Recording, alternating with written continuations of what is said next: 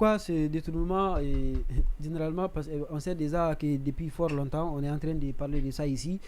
Les acteurs politiques, même qui étaient supposés être proches donc de la junte, ont essayé quand même de faire, en tout cas, d'observer leurs réserves face à la conduite de la transition. Ils n'ont pas manqué d'évoquer lors d'une rencontre qu'ils avaient eue dans un réceptif hôtelier.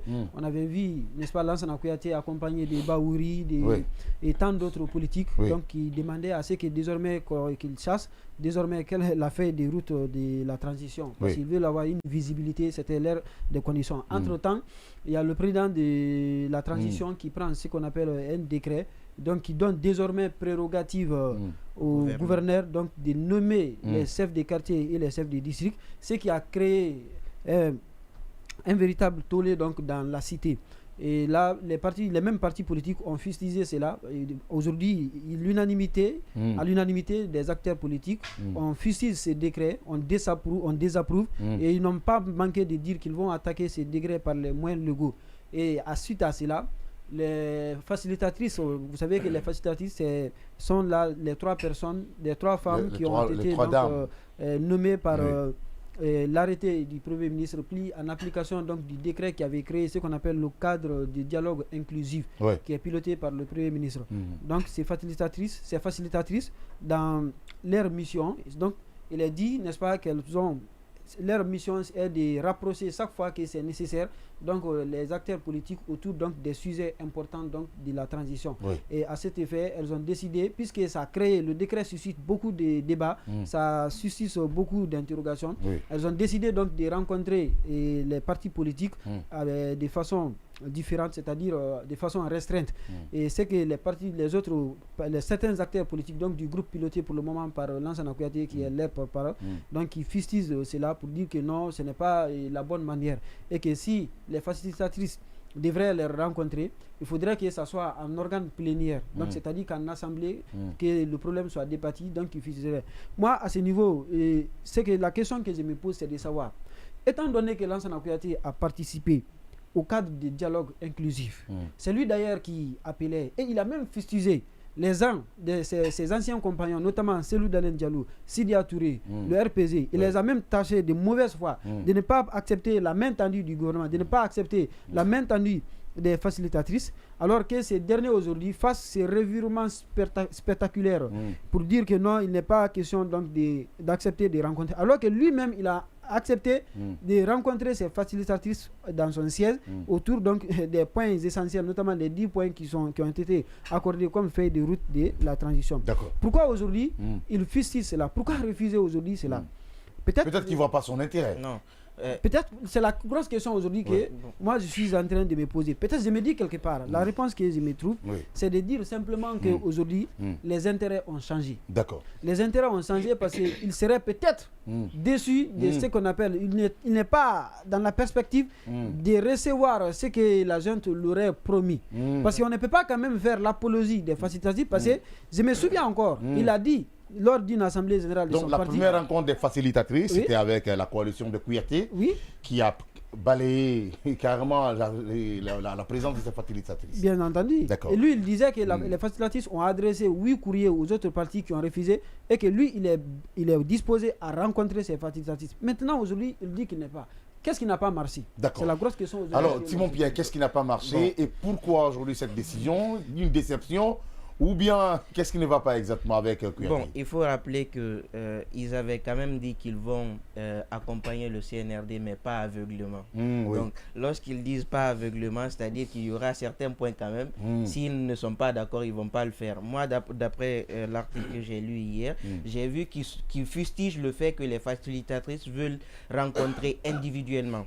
C'est-à-dire qu'eux, ils veulent qu'on fasse une plénière où tout le monde sera là et même le gouvernement aura ses représentants. Ils vont discuter de la question. C'est ce qu'ils ont proposé. De dialogue quand même. Le dialogue, voilà, inclusif. Voilà, eux tous, ils vont débattre. Facilitatrices et politique. Ils vont essayer de discuter et de trouver des solutions. Oui, mais sauf que, si tu permets, non. Dans l'article... Non, il ne peut pas te permettre, c'est son temps d'antenne. Dans l'article 8, suivez, dans l'article 8 de l'arrêté du Premier ministre qui a institué, qu'on appelle le cadre ici, donc c'est-à-dire le comité technique... notamment les prérogatives des facilitatrices, il est dit que le groupe des facilitatrices peut rencontrer individuellement ou en assemblée plénière. D'accord, c'est bien. C'est dans leur droit. Ça veut dire que là, peut-être, il n'a pas compris la question, c'est dans leur droit. Moi, je ne vois pas quand même, je vois pas quand même si une fois que ces dames viennent rencontrer. Je relate l'argument. On n'a pas dit doigt. Parce que. Le peu, déjà. Non, le doigt n'ont pas les mêmes incidences. Merci, grand frère. Je poursuis ce que je disais. Ah non, mais Ghané. Je vais le faire revenir dans son peu de droit. Donc je disais, donc si eux, ils estiment qu'en pareille circonstance, c'est pas doigt mais peu, il est naturellement possible qu'ils exigent une plénière pour discuter de cela. Mais au-delà de ça, on avait dit qu'il y avait aussi l'autre voie de recours légal, il a rappelé. Exactement. Parce que si on reste dans ce dialogue-là et qu'on dépasse le délai de 2 mois, ils n'auront que leurs larmes pour pleurer. Et je trouve qu'aujourd'hui... Est-ce que ce n'est pas une stratégie voilà, pour le CNRD? Le CNRD peut-être va user de ces facilitatrices-là. On attend la réponse quand même. On va rester dans des magouilles et puis finalement on va passer le délai. Et si ce délai est passé, finalement ils n'auront que leurs yeux. Oui, Odilon, est-ce que vous pensez que c'est une stratégie aujourd'hui du CNRD de retarder ce décret ou ce processus? Non, quand même. Le CNRD n'a rien à faire dans cette affaire-là. Non, moi, j'en veux est-ce qu'ils m'en excusent, j'en veux un peu à leur inintelligence. L'intelligence de qui? Mais de la classe politique. Oui, oui. Non, il a sa raison. Il a sa raison. Bon, inintelligence, si jusque-là, pendant que les facilitateurs sont en train de chercher à dialoguer avec eux et à leur tour ils exigent une plénière et qu'à ce moment-là qu'ils ne prennent pas la peine de saisir la jury parce que c'est la voie la plus légale. Est-ce qu'ils ont des conseillers juridiques? Bon, c'est l'autre question que j'allais poser.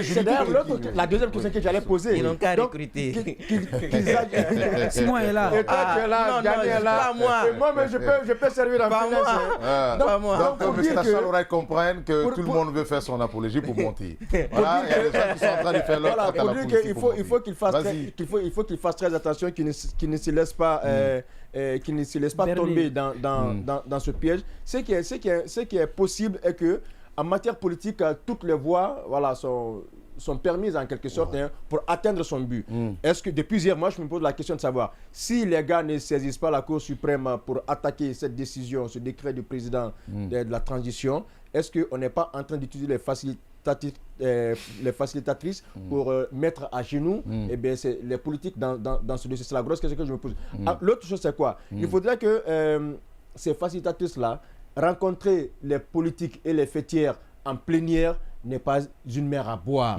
Qu'elles acceptent de les rencontrer, discuter pour qu'il en sorte une solution pour ce pays-là. Sinon encore, je vois à l'horizon une crise qui se profile.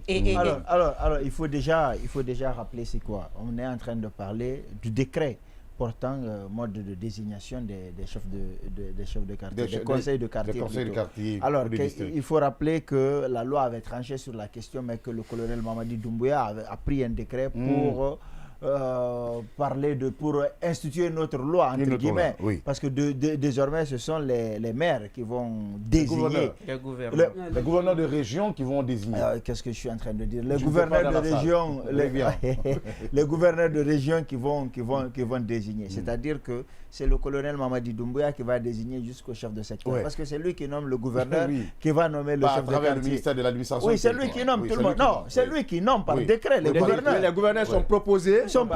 Mais c'est lui qui nomme directement par décret. D'accord. Effectivement. Donc ça c'est lui qui nomme, même pas proposé par le ministre. C'est lui qui nomme. Voilà. Les propositions viennent du département, lui, non? Non. En principe, je parle bien du principe. Attention. Quel principe? Même les membres du gouvernement sont proposés par le Premier ministre, mais nommés par le président. Mais le gouverneur, c'est pas le cas. Le gouverneur, c'est pas le cas. Non, on ne parle pas de la nomination. On te parle de la nomination. Le code des collectivités. Les conseillers communaux. Les gouverneurs relèvent de quelle administration? Des districts. Ce sont des propositions, peut-être du gouverneur, qui sera remontée par le ministère de l'administration. Il faut suivre. Oui, allez-y. Non, c'est pas toi qui lui donne là. Ce que Palais dit, je peux le retirer pour le suivre. Il y a eu une difficulté de mise en œuvre du code des collectivités, du code de réviser des collectivités locales en République de Guinée. Parce que dans l'arsenal juridique, les gouvernements sont aujourd'hui ce qu'on appelle des organes décentralisé. Il ne relève pas de l'administration centrale, du service déconcentré donc de l'administration. Normalement, il devrait être élu, n'est-ce pas, par les différentes régions, donc par ce qu'on appelle le conseil régional.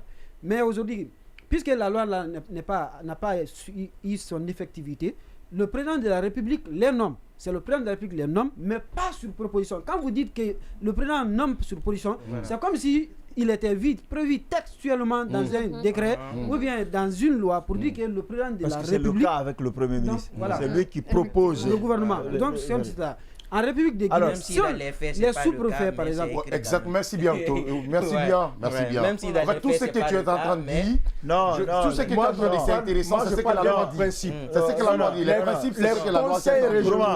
Nous sommes en train de parler. Pourquoi aujourd'hui il y a beaucoup de tollés? Les gouverneurs sont des militaires. Ce sont des généraux. Ne mélangez pas les choses. Ne mélangez pas les choses. C'est pas le ministre qui l'a Lorsqu'on dit que le président nomme le gouverneur, il n'attend pas la proposition du ministre. Lorsqu'on dit qu'il nomme les ministres sur proposition du Premier ministre, parfois il peut empiéter les responsabilités, mais il n'acceptera jamais que son ministre lui impose quelque chose que la loi ne lui a pas imposé. De ce côté-là, il ne faut pas mélanger. Maintenant, les politiques ne sont pas d'accord avec cette situation. Alors, je pense qu'aujourd'hui, on est en train de confondre les papes de l'inconstance politique en République de Guinée, entre autres Lansana Kouyaté. C'est des gens, c'est des gens qui ont fait croire que il y a la transition, donc il ne faut pas s'opposer à dialogue. Et la conduite est très bonne. Il y a le dialogue. Les prophètes du dialogue. La conduite est parce qu'ils savent, en fait, c'est des partis, je suis convaincu que si ce n'est pas dans son village, c'est pas sûr que Kouyaté te batte en Haute-Guinée. Non, ce que je dis, c'est attention, les 7% qu'il avait eu en 2010, je ne suis pas sûr qu'il puisse les avoir aujourd'hui. D'accord. Parce que c'est des gens qui sont convaincus d'une chose. Si le CNRD organise des élections libres et transparentes, le président pourrait s'appeler Selou, Sidia, Alpha ou Kassori. En fonction de celui que en fonction de celui mais je suis dans mon envolée lyrique. C'est-à-dire que c'est en fonction de celui que le RPG va présenter. Pourquoi pas Kouyaté? Parce que justement, lorsque vous partez en guerre et où des gens sont armés d'armes nucléaires et que vous avez un couteau, vous n'avez aucune chance. La seule chance que vous pouvez avoir, c'est de mourir vite. Si vous avez la chance, sinon vous souffrez avant de mourir. Mais dans tous les cas, vous mourrez parce que vous êtes par terre. Alors, ce que je dis, c'est que c'est des gens qui sont convaincus que s'il y a élection libre et transparente, ils ne peuvent en aucun cas gagner. Il est même difficile de tricher pour eux. Parce qu'on ne peut pas tricher pour le dernier de la classe. C'est-à-dire que le dernier de la classe, on peut l'aider à gagner, mais on ne peut pas dire que c'est lui qui est le premier. Lui-même, il va dire non, ça c'est trop diminué. Alors, ce que je veux dire... Non, moi je ne dis pas, je suis dans mon plein sérieux. Ce que je dis, c'est que je suis dans mon plein sérieux. Alors, non, regardez les partis qui sont avec eux. C'est les partis baptême, c'est les partis mariage, c'est les partis chambre-salon, c'est des gens pour lesquels peut-être il y a un vote transparent, même certains membres de leur famille ne vont pas voter. C'est des gens donc qui ont tout intérêt à ce que le CNRD soit au pouvoir et soit aussi longtemps que possible au pouvoir. Alors, c'est des gens qui peuvent espérer être nommés à un certain niveau, alors que des gens qui, comme eux, ou des gens de leur parti soient nommés. Kouyaté, par exemple, si vous regardez, c'est sur la base d'élections qui ont été faites depuis l'an 2010, c'est le candidat qui est le plus populaire de toute la mouvance CNRD. Parce que la mouvance CNRD s'appelle comment? Ousmane Kaba, s'appelle Fayami Limono, s'appelle Baouri, s'appelle Kaba Fidel, etc. Le CNRD, c'est pas un parti politique. Moi je ne rentre pas dans ces conneries. Aujourd'hui, on sait clairement que le CNRD a des positions. Qui peuvent soutenir quand même les actions du CNRD ou bien l'idéologie du CNRD. Alors, tu peux dire ça comme tu veux. Moi, dans ma façon de parler, je dis mouvance CNRD. D'accord. Et donc, Kouyaté aurait tout intérêt à ce qu'il s'entende avec le CNRD pour qu'il soit candidat. Sauf que la donne a changé.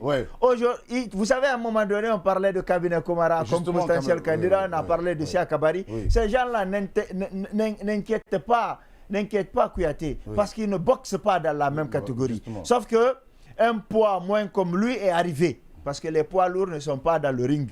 Un poids moins comme lui est arrivé, c'est qui? C'est c'est François Luceni Fall. Oui. Et vous savez que ces rumeurs de faisant état de... non, vous savez, la configuration avec l'arrivée des Français. Oui, c'est de ça que je dis. Je dis il y a une nouvelle donne. Oui, c'est un poids moins comme Kouyaté. Oui. Ils n'ont pas atteint encore les poids lourds. Les poids lourds ne sont pas dans le ring. Donc, il voit qu'il y a quelqu'un qui est à peu près au même niveau que lui, qui a à peu près fait la même carrière diplomatique que lui, qui est arrivé dans le ring. Et, sauf que lui, ethniquement, il est moins clivant que Kouyaté. Donc, il va plus faire l'adhésion. Donc, je ne dis pas que c'est plus facile de tricher pour lui, mais on peut comprendre. Non, je parle de tricher parce que tous ces gens-là ne peuvent pas gagner s'il y a élection transparente. Quand même. Alors, donc, Kouyaté comprend que sa position est devenue fragile. Donc, il est hostile au décret qui a été pris. Et lorsque les dames viennent le voir pour négociation, non, il faut recevoir tout le monde. Qu'est-ce que les forces vives avaient dit? Nous sommes prêts au dialogue, mais voici comment il faudrait faire le dialogue. Mais il dit la même chose aujourd'hui. C'est pourquoi je parle de peuple de l'inconstance. Est-ce que c'est pas le serpent qui est en train de se mordre la queue? Ça veut dire quoi? Ça veut dire que tout ce qu'il disait jusqu'ici, ce n'était pas une conviction, c'est une question d'intérêt. Mais comme on le dit, le mensonge, ça prend l'ascenseur, ça arrive et ça redescend aussitôt. La vérité arrive tranquillement, mais elle va arriver au sommet. C'est la vérité qui est en train d'arriver au sommet. Il est en train de se découvrir. J'ai une pensée pour le professeur Alpha Condé qui dit plus le singe est haut, plus on voit son derrière. Voilà. Simon Pierre, sacré Pambé, encore. Voilà, donc je dis rapidement que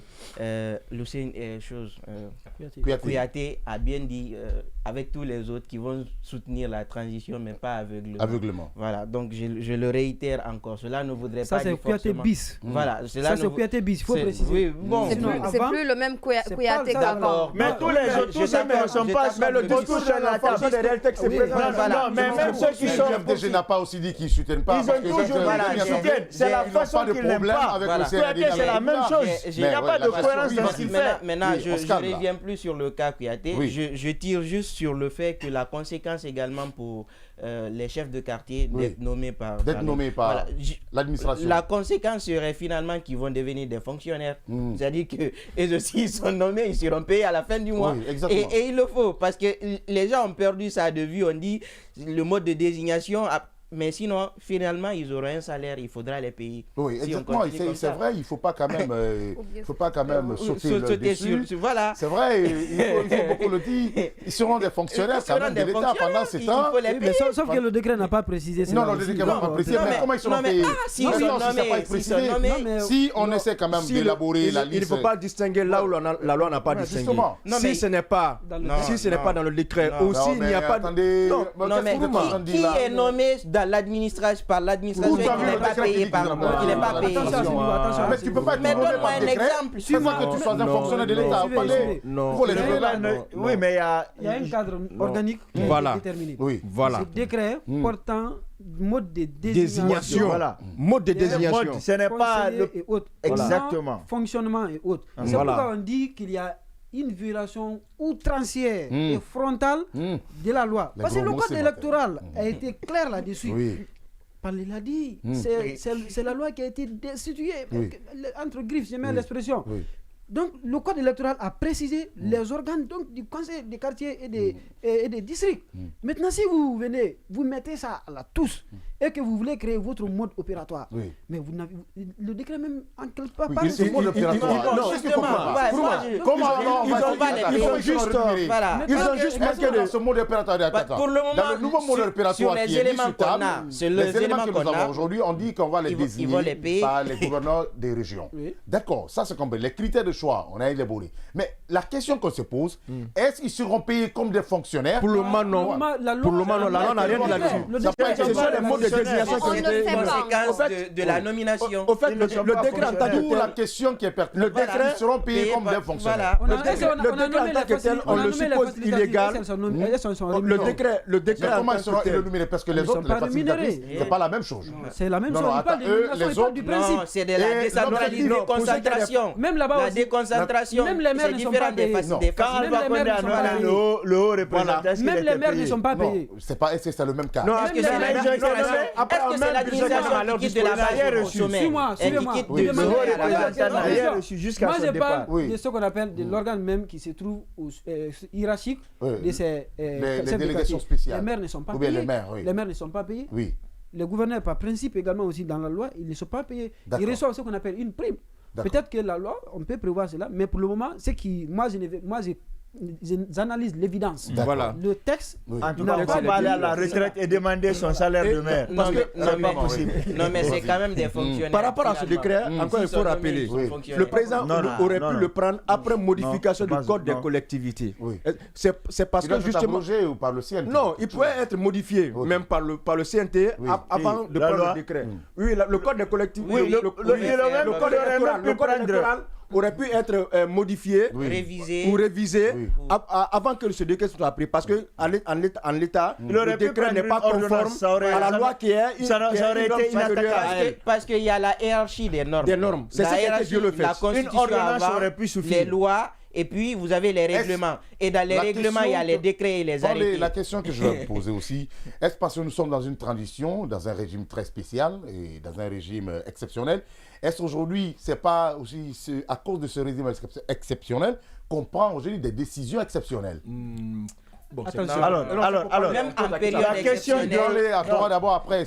La question de régime exceptionnel ne tient pas, à mon avis.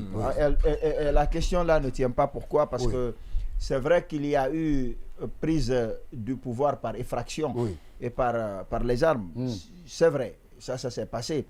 Mais c'est un pouvoir exceptionnel ou c'est un régime d'exception qui se veut, dans son fonctionnement, un régime normal. Vous vous rappelez, quand Dadis a pris le pouvoir, c'était un fourre-tout. Personne ne savait où elles sont montées, elles sont descendues. Il décidait, il dormait, il rêvait mal. Et puis ça se répercutait sur la République. Mamadi Doumbouya n'a pas fait ça. Il a fait une charte qui fait office de constitution en période de transition. Il a prêté serment. Donc on le juge sur la base des lois. Il y a des lois qui avaient été suspendues mais qui ont été rétablies. Donc on le juge sur la voie en fait, la base des lois et des principes. Parfois que lui-même a rédigé et nous a imposé. Donc c'est par rapport à ça qu'on est en train de le juger. Dadis, tu ne pouvais pas le juger. Dès que tu as dit Constitution suspendue, dissolution du gouvernement. Il est intelligent là-bas. Il n'a pas été intelligent. Ça, c'est bon, le père Non, je n'ai jamais entendu Mamadi Doumbouya parler de ça parce qu'il a remis la Constitution. Non, la Constitution a été suspendue, le gouvernement, les institutions de la République ont été dissoutes après la prise du pouvoir. La difficulté quand tu fais un débat, c'est d'abord écouter ce que ton interlocuteur a dit. Je dis, quand Dadis a été au pouvoir, tout le temps qu'il a fait, il n'a pas mis de charte. Et donc, dès qu'il était coincé, il disait, est-ce qu'il y a suspension de la Constitution, dissolution du gouvernement, régime exceptionnel? Lui, il ne peut pas dire ça. On m'a dit. Pourquoi? Parce qu'il a fait une Constitution. Une charte qui fait office de constitution en période de transition. Si vous voyez qu'on dit non, tous les organes sont là. Et là, c'est pourquoi je dis, des organes qui avaient été suspendus ont été rétablis. Il y a le CNT. Dadis n'a jamais mis le CNT jusqu'à son départ. C'est Konaté qui a mis en place le CNT. Il y a beaucoup d'autres organes qui existent, qui ont repris. D'ailleurs, tous les organes ont repris et fonctionnent correctement, mis à part peut-être la haute cour de justice. Mais aujourd'hui, il y a un certain nombre de compétences de la haute cour de justice qui ont été transférées à la CRIEF. Donc c'est un régime qui se veut normal. On le juge comme un régime normal. Voilà pourquoi pour moi la question de régime d'exception. Donc s'ils ont violé la loi, il faut leur dire attention. Si vous savez, c'est des aveugles qui dansent. Parfois il faut piétiner pour dire nous aussi nous sommes sur la piste. D'accord. Adam, tu as quelque chose par rapport à cette violation de la loi surtout des collectivités. Est-ce que vous trouvez normal aujourd'hui qu'on rejette les facilitatrices? Pour revenir un peu sur ce que Palais vient d'évoquer, moi je pense que aujourd'hui c'est vrai que nous sommes dans une transition, mais vu que les lois ont été établies, ils ne peuvent pas se permettre plus tard de dire que non, telle loi, on n'est pas d'accord sur tel sujet ou en fait, ils ne peuvent pas se permettre tout et n'importe quoi. Merci, violer la loi. Donc, elle est très dure. Tout et n'importe quoi. D'accord, c'est du n'importe quoi pour vous. Non, je ne dis pas ça. Je dis juste qu'ils ne peuvent pas se permettre ceci. Et aujourd'hui, il faut rappeler que l'époque d'aujourd'hui n'est plus pareille qu'au temps d'Addis. Oui. D'Addis, c'est vrai, il est venu bien que j'étais plus ou moins jeune. Oui, attention, elle était jeune. S'il te plaît, j'étais jeune. Elle était jeune. J'étais jeune. Elle a pris de l'âge, voilà. Elle était jeune. Je suis voilà. Madame, allez-y. 2009-2023. Tu me laisses poursuivre, s'il te plaît. Tu penses que t'es vieux, toi? Je ne suis plus jeune. D'accord, quand même, voilà. Bon, je disais, les époques ne sont plus les mêmes. Ce qu'on pouvait se permettre hier, c'est plus possible aujourd'hui. Oui. Il faut aussi rappeler que si la génération était plus ou moins dormante hier, c'est plus le cas aujourd'hui. On a aujourd'hui encore l'influence des réseaux sociaux. Tout ce qui se passe, les gens ont tendance à dénoncer et c'est vu à l'international. Donc, ils ont vraiment intérêt à suivre le chemin qu'ils ont commencé. Bien que peut-être il peut y avoir des failles, mais c'est vraiment pas dans leur intérêt de tout remettre à l'eau et de... Mais est-ce que tu penses qu'à la aussi, comme tu le dis, ils ont intérêt à remettre les choses, à aller très bien, parce qu'il y a une charte quand même qui régit aujourd'hui la gestion du pays. Mais est-ce que tu penses aujourd'hui que s'ils ne le font pas, on peut s'attendre à quoi? Eh bien, premièrement, à des dénonciations. Oui. Et c'est ce qu'on fait maintenant. Oui, justement, à des dénonciations. Et quand il y a des dénonciations, il y a ce qu'on appelle... how I can say... Bon, on va l'aider. Bon, essayer de l'aider. Non, il faut la laisser parler. Justement. Quand il y a des dénonciations, ils savent que ça peut entraîner ce qu'on appelle aujourd'hui des grèves. Parce qu'on voit le plus souvent, quand quelque chose se passe et que la population n'est pas d'accord, les jeunes sortent tout de suite dans la rue. Et ça, des manifestations. Les gens manifestent et d'un côté, c'est pas bon pour leur image parce que c'est vu à l'international. Ils savent réellement que ça n'y va pas dans leur intérêt. Donc, ils vont toujours chercher à résoudre le problème d'une manière ou d'une autre. D'accord. Et vous, à part les politiques aujourd'hui, quels sont ceux qui peuvent prendre aujourd'hui ces décrets en contre-pied, ou bien quels sont ceux qui peuvent quand même créer ce mouvement aujourd'hui de protestation, parce qu'il ne faut pas chaque fois quand même dire que oui, la politique, nous n'avons pas le calendrier, ceci, cela. Ça aussi, ça concerne le citoyen. Est-ce que le citoyen peut se lever aujourd'hui, la société civile peut se lever aujourd'hui pour quand même contrecarrer cette décision, ce décret du président? Bon, ce décret, Gianni l'avait rappelé, il y a une procédure. C'est-à-dire que si vous n'êtes pas d'accord avec un décret et que le décret est en violation de la loi, parce qu'il faut rappeler, dans un État, il y a ce qu'on appelle la pyramide des normes. En temps normal, selon les États où il n'y a pas de traité qui soit supérieur d'abord à la Constitution, il y a d'autres États, c'est bien sûr la Constitution qui est supérieure au traité. Mais l'ordre interne, vous avez d'abord la Constitution, vous avez les lois, vous avez les règlements et puis tout ce qui suit maintenant en bas. Donc déjà, la Constitution est suspendue, mais aujourd'hui, la charte fait office de Constitution. Donc la norme suprême aujourd'hui en République de Guinée, c'est la charte de la transition. Après la charte, vous avez les lois. Il y a déjà une loi sur le code des collectivités locales qui, donc si le décret qui est dans le règlement, parce que dans le règlement, il y a les décrets, il y a les arrêtés, les notes circulaires, ainsi de suite. Donc le décret étant inférieur à la loi, si le décret est en contradiction avec la loi, vous pouvez attaquer ce décret-là en annulation devant la chambre administrative de la Cour suprême. On l'a rappelé plusieurs fois. Maintenant, sur les autres points de la Cour constitutionnelle, chambre administrative de la Cour suprême, constitutionnelle de la Cour suprême. Ah, de la Cour suprême, c'est ce que j'ai dit. Cour suprême. Le jury s'attaquez-vous? Donc voilà, Cour suprême, je continue. Maintenant, sur les autres points, on a dit par exemple que sur la façon de conduire la transition et tout, si par exemple les citoyens pouvaient également revendiquer ou demander qu'on accélère, bien évidemment, c'est pourquoi il y a la société civile. Et je me rappelle même lors un moment où on mettait en place, c'est-à-dire l'organe de contrôle et de l'évaluation gouvernementale, où on a dit que c'est le gouvernement qui allait s'auto-évaluer. Quelque part, on a décrié, on a dit il fallait que la société civile et les partis politiques soient associés. Parce que si c'est l'État qui s'auto-évalue, quelque part, vous n'avez rien à dire. Ça, par exemple, ça devait être un point de revendication depuis lors. Mais ça n'a pas été fait, on l'a consommé. Aujourd'hui, par exemple, c'est le gouvernement qui s'auto-évalue, c'est lui qui sait comment il va. Mais au-delà de ça, on peut quand même manifester. Et rapidement, en 30 secondes, est-ce que la société civile existe désormais? Bien sûr. Oui. Mais bien sûr, et il ne faut même pas prier pour que la société civile n'existe pas. Non, mais parce que comme ils sont inertes, qu'est-ce que tu appelles fonctionnement, quoi. Non, oui, mais qu'est-ce que tu appelles inerte? Est-ce qu'ils existent désormais? Vous savez, il ne faut pas qu'on veuille de la chose, ensuite qu'on veuille de son contraire.